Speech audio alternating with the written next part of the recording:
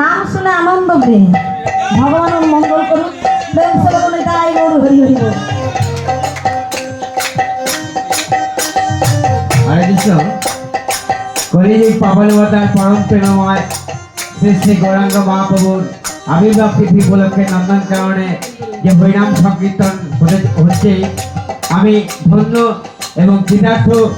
শুধু দুবাই থেকে মাননীয় শ্রীযুক্ত উত্তম দাস, জানি না উনি কি রসে মোহিত হয়েছে, বা প্রতিটি রক্তে রক্তে, প্রতিটি শিরায় শিরায়, হৃদয়ের প্রতিটি বিন্দুতে বিন্দুতে হরে কৃষ্ণ হরে রাম 16 নাম 32 অক্ষর।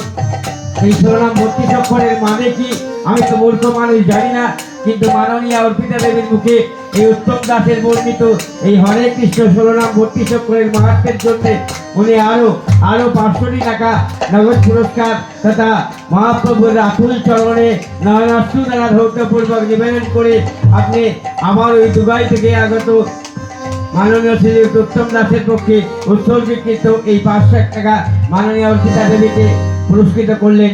অর্পিতা দেবী আমাদের হরে কৃষ্ণ হরে রাম মাহাত্ম্য কথা একটু শোনাবেন।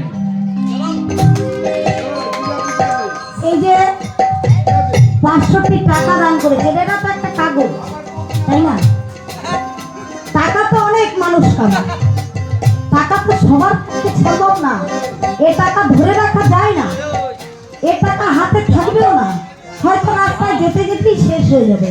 কিন্তু ওই যে ভক্তি ভরে যে দান করছে, এই দানটা হচ্ছে সর্বশ্রেষ্ঠ। কারণ এই 2 হাতে দান করব বলে এসেছিলাম ভগবানকে, এই দান করব বলে এসেছিলাম। তাই এই দান কি ভগবানকে বলেছিলাম আমরা যে এই হস্তে দান করব, নয়নে তোমার রূপ দর্শন করব, বদনে তোমার নাম বলবো, আর আমরা হৃদয়ঙ্গম করব তোমার সঙ্গে। তাই তো প্রেম সে বললে তাই গৌর হরি হরি বল। তাহলে সেই হৃদয়ঙ্গম করার জন্য হয়তো ভাইটি আমায় দান করছেন, ওর ভক্তি জেগেছেন, হৃদয়ে প্রেম জেগেছেন, ও আমায় দান করছে। কিন্তু একটা কাগজের টুকরো, এগুলো তো এক্ষুনি যেতে যেতে শেষ হয়ে যাবে, কিন্তু ভক্তিটা সবচেয়ে মূল্যবান জিনিস। ওর হৃদয়ে যে প্রেম জেগেছে, এই প্রেমটাই হচ্ছে অমৃত। তা যাই হোক, ও দান করছে, দানের ভান্ডার পূর্ণ হোক। তাহলে এই যে নাম কি জিনিস, হ শব্দের অর্থ কি? হ শব্দের অর্থ হচ্ছে হরির কাছে ধেয়ে যাওয়া বা হরিকে হরণ করা। যিনি হরিবল বলতে পারে, আমা হরিবল বলে কি হয়? হরি বল। তাহলে একবার হরিবল বলে কি হবে গো? হরিবল বলে কি হবে? হ্যাঁ গো, হরিবল বললে কি হয়? হরির বল হয়। কি বললে? হরি বল। হরি হরি বল, হরি হরি বল। এই দেখুন আমার আরেকটি বোন, ও আমার 200 টাকা দান করলো। হ্যাঁ, তাহলে দেখুন ওর তো কিছু নেই, তাহলে আমার একটা না, 2টো দিদি তো আমাকে 400 টাকা দান করেছে। ভগবান ওদের ভালো রাখুক, এটাই ভগবানের কাছে প্রার্থনা। হরি হরি বল। তাহলে দেখুন এই যে মানব জন্ম, এই মানব জন্ম অতি দুর্লভ। এই রেখার শব্দের অর্থ হচ্ছে রিপুগুলোকে দমন করা। যারা রিপুগুলোকে দমন করে ভগবানের কাছে এগিয়ে আসছেন, রেখার রক্তবর্ণ সর্বপলে নিগঠিত, হকার পিঙ্গল বর্ণ সর্ববর্ণের বরত্তম, জ্ঞানে অজ্ঞানে কৃত পাপহং রক্ষণাবধং কৃতং। জ্ঞানে অজ্ঞানে কেউ যদি হকার উচ্চারণ করতে পারে, তার সর্ব পাপ হরণ হয়ে যায়। এই হরিকথার অর্থ হচ্ছে এই যে মা, আমরা মালা, এই মালার কি জিনিস? এই মালার কথা কি? যেটা ভগবানের দাস হন। তাহলে ভগবানের দাস হতে গেলে যে মালা, মা শব্দে ভক্তি, ল শব্দে দান করা। যিনি ভক্তিকে দান করছেন তিনি হচ্ছেন গুরু। গুরু মানে যিনি অন্ধকার থেকে আলোতে নিয়ে আসেন। আমরা নামটা আলোর পথ দেখতে পাই। তাই কি বললেন, সদ্গুরু পাবে ভেদ बतावे জ্ঞান করো উপদেশ कैला की माला छुड़े दो आ करे সদ্গুরু পাবে ভেদ बतावे। তাহলে আমাদের যদি গুরুর কাছে যেতেই হয় ভালো গুরু দেখতে হবে। কেন? তার কাছে যেন সব উপাধি লাভ পাই, সব কথা যেন জানতে পারি, সব পথে যেন চলতে পারি। তাই বলে সদ্গুরু পাবে ভেদ बतावे জ্ঞান করো উপদেশ कैला की माला छुड़े যাও আগ করে প্রবেশ। আর কি? আগুনটা হচ্ছে নাম। এই নামটা যদি আমাদের অন্তরে ঢুকে যায় তাহলে আমাদের অন্তরের ময়লা পরিষ্কার হয়ে যাবে। তাহলে সেই সদ্গুরুর কাছে যখন আমরা আশ্রয় নিয়ে এই নাম শ্রবণ করতে পারি, তাহলে এই নাম বলতে পারি, তাহলে এর থেকে মূল্যবান কিছু নেই। প্রেম সে বলি তাই গৌর হরি হরি বল। আচার্য বললেন, প্রভু তুমি এই কলির জীবকে উদ্ধার করার জন্য কবে আসবে? কবে তোমার কাছে আমি এই হরিনাম শোনাবো জগৎকে? কেমন করে কলির জীবকে উদ্ধার করব? কৃষ্ণের আনিব বলি এই হরি নামে, কেমনে করিব আমি কলির জীব উদ্ধার? এই মাত্রই আমার ইচ্ছা, বলো প্রভু আসিবে কবে? প্রভু এই কলির জীবকে তুমি কবে নাম বলবে? এই কলির জীব কবে নাম বলবে? এরা কেউ কৃষ্ণ কথা বলে না, কেউ কৃষ্ণ নাম শোনে না। হরি নাম শুনে কেহ কর্ণ দেয় হা, আমার কর্ণ দেয় হা। ভাসে জগন্নাথ দেখিয়া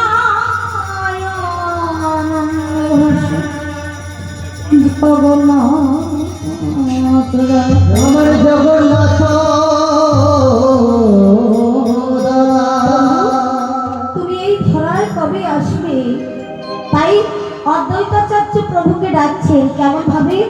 মঙ্গল ময় তুমি প্রভু নারায়ণ,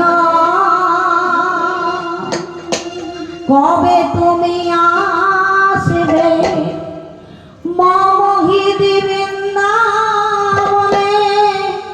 গোকুল নগরে? কবে জীবে শিক্ষা যাবে, কবে জীবে শিক্ষা যাবে? মঙ্গলময় প্রভু নারায়ণ, কবে তুমি আসবে মমহিদি বৃন্দাবনে গোকুল নগরে? কবে জীবে শিক্ষা যাবে, কবে জীবে শিক্ষা যাবে?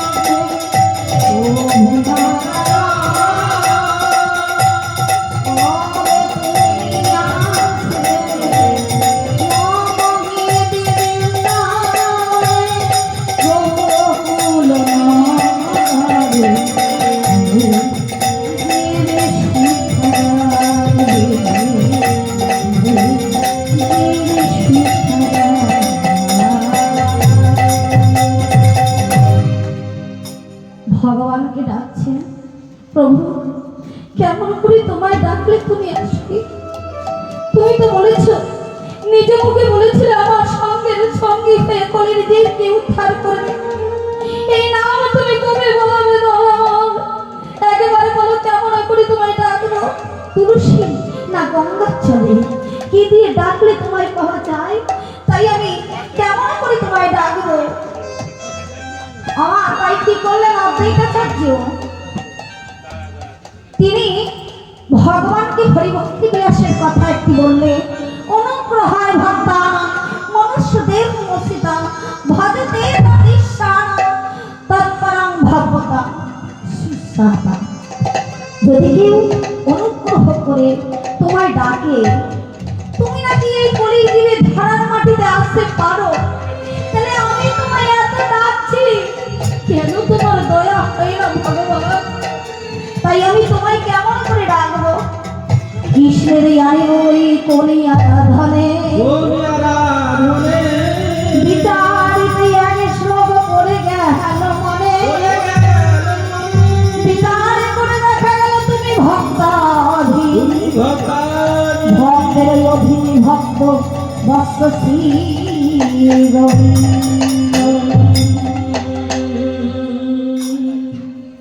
সর্বসজ্ঞান পূর্ণান্তং ভবদেবস্য ভক্তানাং তৎপরার্থসিতং। অর্থাৎ তুমি নাকি সর্বধর্মকে তুমি রেখেছো, তাহলে ধর্মকে যদি রেখেছো, কেন এখনো ধরাই আসছো না? কেন তোমায় ডাকছি তুমি আসছো না?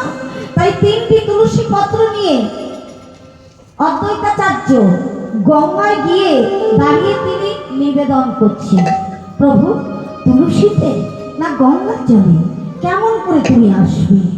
এই ধরার মাটিতে তুমি কেমন করে আসবে আমায় একবার বলে দাও তো আমার। অদ্বৈতাচার্য কাঁদছেন, তুলসী পত্র গঙ্গা জল না। মীরাবাই কি বলছে? আমা মীরাবাই বলছেন, নিত नहाने से हरी मिले तो मैं तो जला जंत हुई, फलमूल खा के हरी मिले तो मैं तो बच्चू हुई। কি বললে? প্রত্যেকদিন যদি আমরা গঙ্গায় গিয়ে ডুবুর কুচা করতে থাকি, ভগবান কি পাওয়া যাবে? হ্যাঁ গো, হৃদয়ে ভক্তি নাই, আর গঙ্গায় গিয়ে বারবার ডুবছি আর উঠছি, তাই জন্য ভক্ত ভগবান পাবে? ভগবান বলছেন ভক্তিতে আমার চাই, তার কাছে বিক্রি হই। তাই বলে নিত নাহানে সে হারি মিলে তোমায় তো জলা জন্তু হই। যদি আমরা প্রত্যেকদিন স্নান করলে ভগবানকে পেতাম, তাহলে তো আমরা জলজন্তুই ভালো ছিলাম, মানব কুলে কেন এলাম? আবার কি বললেন? ফল ফল খাকে হারি মিলে তো মায় তো বনপশু হই। যদি ফল পেয়ে ভগবানকে পাওয়া যেত, তাহলে তো আমরা বনের পশুই ভালো ছিলাম। হ্যাঁ, উড়ে উড়ে ভগবানের নাম করতাম আর ফল পেতাম, মানব কুলে কেন এলাম? আবার কি বলছে?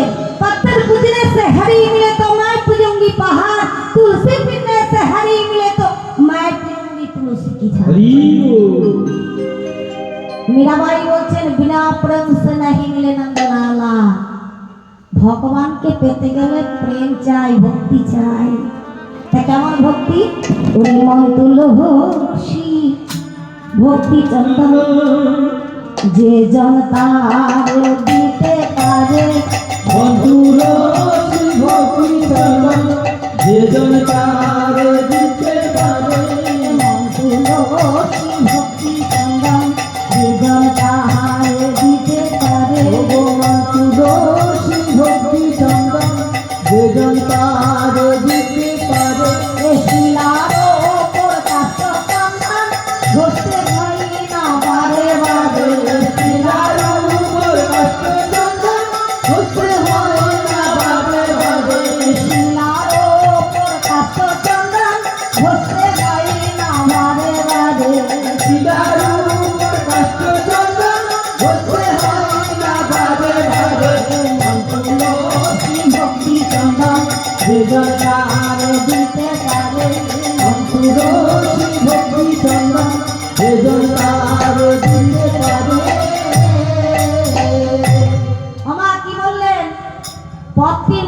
করে জীবকে শিক্ষা দিলেন মন তুলসী, ভক্তি হচ্ছে চন্দন। ভক্তি মানে ভগবানকে কি দিতে হয়? এই হরিনাম নয় রে সব, আরো হরিনাম আছে, সেই হরিনাম যেতে না রে ওই হরিনামের কাছে। তা কোন হরিনাম? হরিনাম যদি করবো, চোখে যদি দুপুরটা জল না পড়লো, ভগবানের কাছে গিয়ে দাঁড়ালাম, যদি এই ভক্তির নয়ন অশ্রু ধারা তার চরণে দিতে না পারবো, তাহলে আমরা দিলাম কি? তাই বলেন মন তুলসী ভক্তি চন্দন। ভক্তি চন্দন হচ্ছে হৃদয়ের থেকে নয়নের জল যে ভগবানের চরণে পড়ে, সেটাই হচ্ছে ভক্তি দান করা। তাই বলেন মন তুলসী ভক্তি চন্দন যে যেন তারা দিতে পারে। শিলার উপর কাষ্ঠ চন্দনের আর দরকার হয় না। ভগবানের কাছে এক ফোঁটা নয়ন জল দিয়ে ডাকলেই ভগবানকে পাওয়া যায়। তাই অদ্বৈতাচার্য 3টি তুলসী পত্র নিয়ে, 1 গুণ্ড গঙ্গা জল নিয়ে, তাই কি বললেন? ওই তুলসী পত্র নিবেদন করছেন আর কি বলছেন? ওম নমো ভগবতে বাসুদেবায় নমঃ। ওম নমো ভগবতে বাসুদেবায়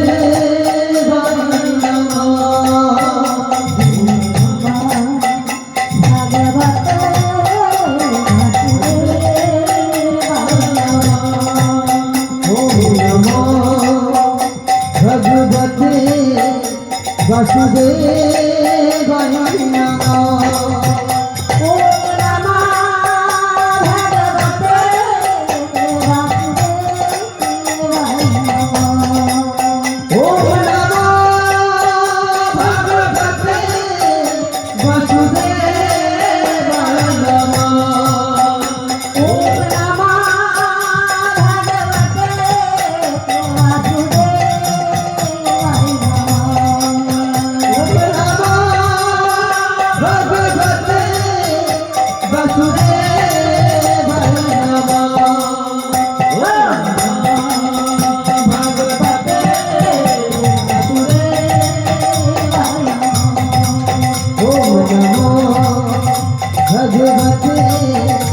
বাসুদেবায় নমঃ।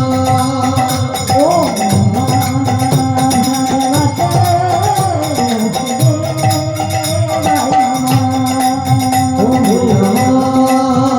ভগবতে বাসুদেবায় নমঃ।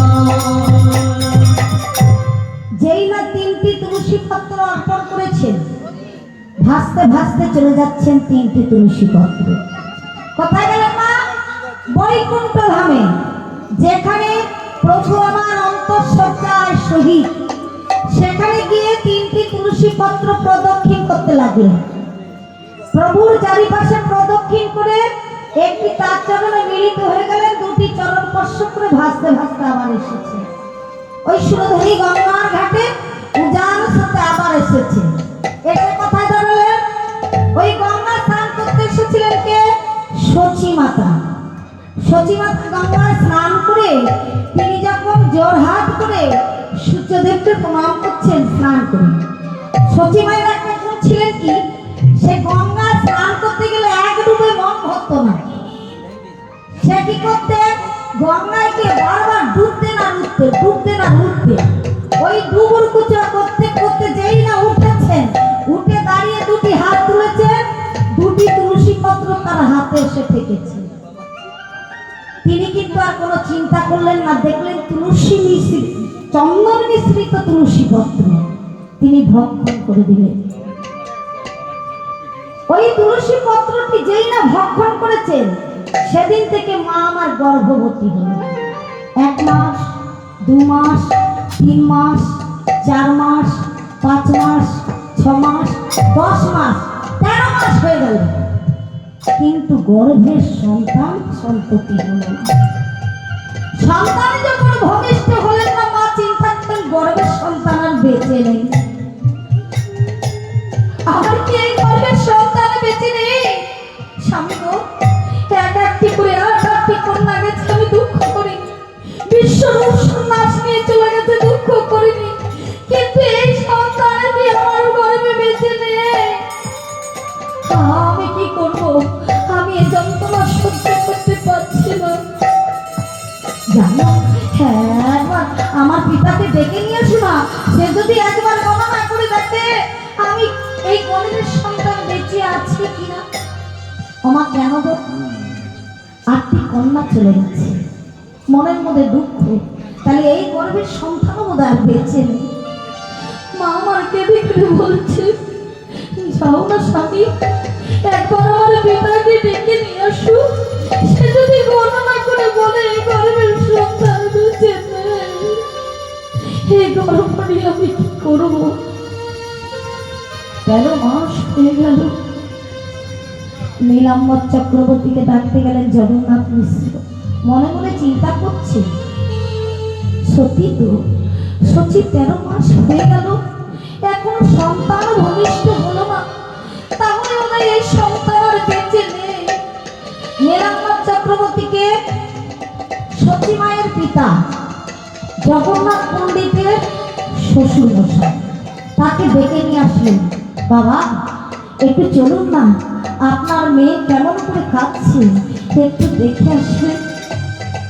নীলাম্বর চক্রবর্তী ছুটতে ছুটতে এসেছেন, মেয়ে কাঁদছে, কিসের জন্য কাঁদছে আমি তো গণনা করতে জানি, আমি দেখছি, তুমি চিন্তা করো না, চিন্তা করো না জগন্নাথ, আমি যাচ্ছি। ছুটতে ছুটতে এসেছে, এসে বললেন, মা, মা সতী, কেমন আছিস মা? মা আমার কেঁদে কেঁদে বলছেন, পিতা গো,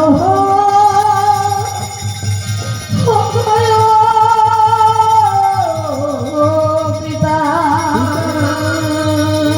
আমার 13 মাস হয়ে গেল, তবে গর্ভের সন্তান আছে কিনা।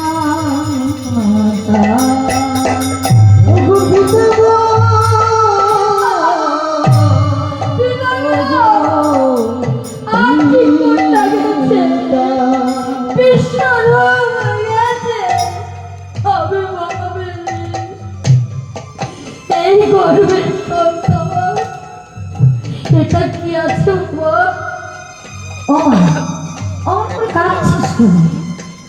আমি তো পিতা নয়, আমি দেখছি, এই আমি গণনার করি পাচ্ছি, দেখছি তোর গর্ভের সন্তান কেমন আছে। আমার নীলাম্বর চক্রবর্তী করি পাতলে করি পেতে গণনা করছে কেমন ভাবে। ওরে নীলাম্বর চক্রবর্তী দেখিল গণনা, নীলাম্বর চক্রবর্তী দেখিল নীলাম্বর চক্রবর্তী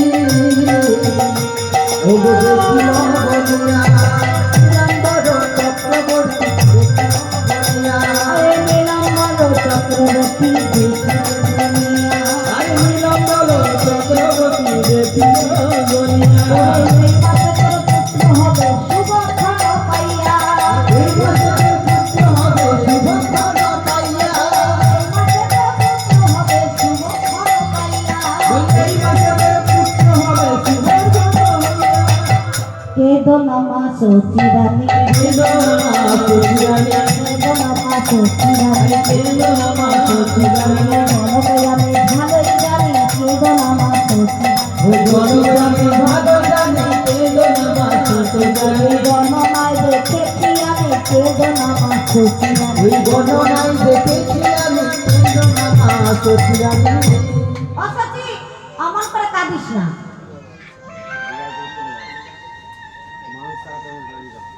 এই যে দেখুন, আবার 500 টাকা দান করেছেন ওই দুবাই থেকে উত্তম দাস, তাহলে এটা সাধারণ মানুষ না, তাই কি বলেছে না।